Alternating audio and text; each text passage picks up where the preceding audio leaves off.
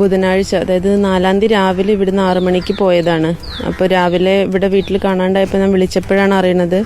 അപ്പോഴാണ് പറയണത് പാലക്കാടാണ്, കുറച്ച് ക്യാഷിൻ്റെ റെഡിയാക്കാനുണ്ട്, അതിനുവേണ്ടി പാലക്കാട് വന്നതാണെന്നാണ് പറഞ്ഞത്. അപ്പോൾ അവൻ്റെ ഒരു ഫ്രണ്ടിൻ്റെ അടുത്ത് നിന്ന് ക്യാഷ് കൊടുത്തു എന്നാണ് ഫ്രണ്ട് പറയണത്. ഏകദേശം 1 ലക്ഷം രൂപയോളം അവൻ കൊടുത്തിട്ടുണ്ട് എന്ന്. അതിനൊരു 10,000 രൂപ എനിക്ക് എൻ്റെ അക്കൗണ്ടിലോട്ട് ഇട്ട് തന്നിട്ടുണ്ട്, അത്യാവശ്യം വിവാഹ സാധനങ്ങൾ വാങ്ങാൻ വേണ്ടിയിട്ട്. അപ്പോൾ ആ ക്യാഷുമായിട്ട് അവിടുന്ന് അവൻ കയറ്റി വിട്ടു എന്നാണ് ആ ഫ്രണ്ട് പറയുന്നത്. പക്ഷെ അവൻ കണ്ടതിന് ശേഷം പിന്നെ അവൻ ആരും കണ്ടിട്ടില്ല. കഞ്ചിക്കോട് നിന്ന് കയറ്റി വിട്ടു എന്നാണ് പറയുന്നത്. പാലക്കാട് സ്റ്റേഡിയത്തിൽ ബസ് സ്റ്റാൻഡിലോട്ട് കയറ്റി വിട്ടു എന്ന്. അപ്പോൾ പാലക്കാട് സ്റ്റേഡിയം ബസ് സ്റ്റാൻഡിൽ അവൻ ഇറങ്ങി എന്നാണ് അവൻ്റെ ഫ്രണ്ട് പറയുന്നത്.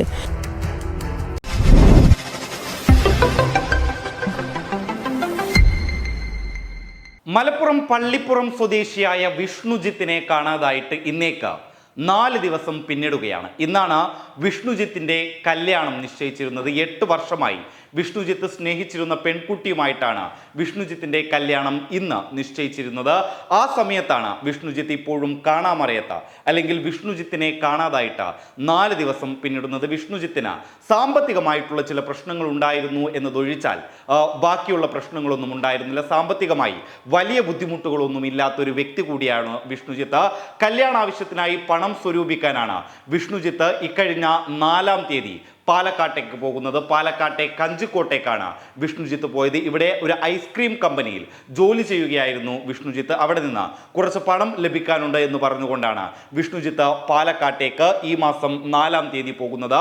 പാലക്കാട്ടെത്തി ഒരു സുഹൃത്തിന്റെ കയ്യിൽ നിന്ന് 1 ലക്ഷം രൂപ വാങ്ങിയെന്നും അതിൽ നിന്ന് 20,000-ഓ 10,000 രൂപയോ സഹോദരിക്ക് കല്യാണാവശ്യങ്ങൾക്കുള്ള പർച്ചേസ് ചെയ്യാൻ വേണ്ടി അയച്ചു കൊടുത്തു എന്ന് സഹോദരി പറയുന്നുണ്ട്. എന്നാൽ ഇതിനുശേഷമാണ് വിഷ്ണുജിത്തിനെ കാണാതായത്.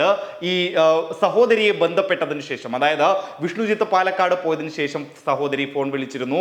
അപ്പോൾ വിഷ്ണുജിത്ത് പറഞ്ഞിരുന്നത് താൻ പാലക്കാടാണ്, കല്യാണത്തിനുള്ള പണം സ്വരൂപിക്കാനാണ് ഇവിടേക്ക് വന്നത്, ഇവിടെ നിന്ന് കുറച്ച് പൈസ കിട്ടാനുണ്ട് എന്ന് വിഷ്ണുജിത്ത് പറഞ്ഞിരുന്നു. അത്തരത്തിൽ പണമൊക്കെ കൈമാറുകയടക്കം ചെയ്തിരുന്നു. ഇതിനുശേഷമാണ് വിഷ്ണുജിത്തിനെ കാണാതായത്. പിന്നീട് ഫോൺ വിളിച്ചപ്പോൾ ഫോൺ സ്വിച്ച് ഓഫ് ആയിരുന്നു. ഇതുമായി ബന്ധപ്പെട്ടുകൊണ്ട് പോലീസ് അന്വേഷണം നടത്തുന്നുണ്ട്.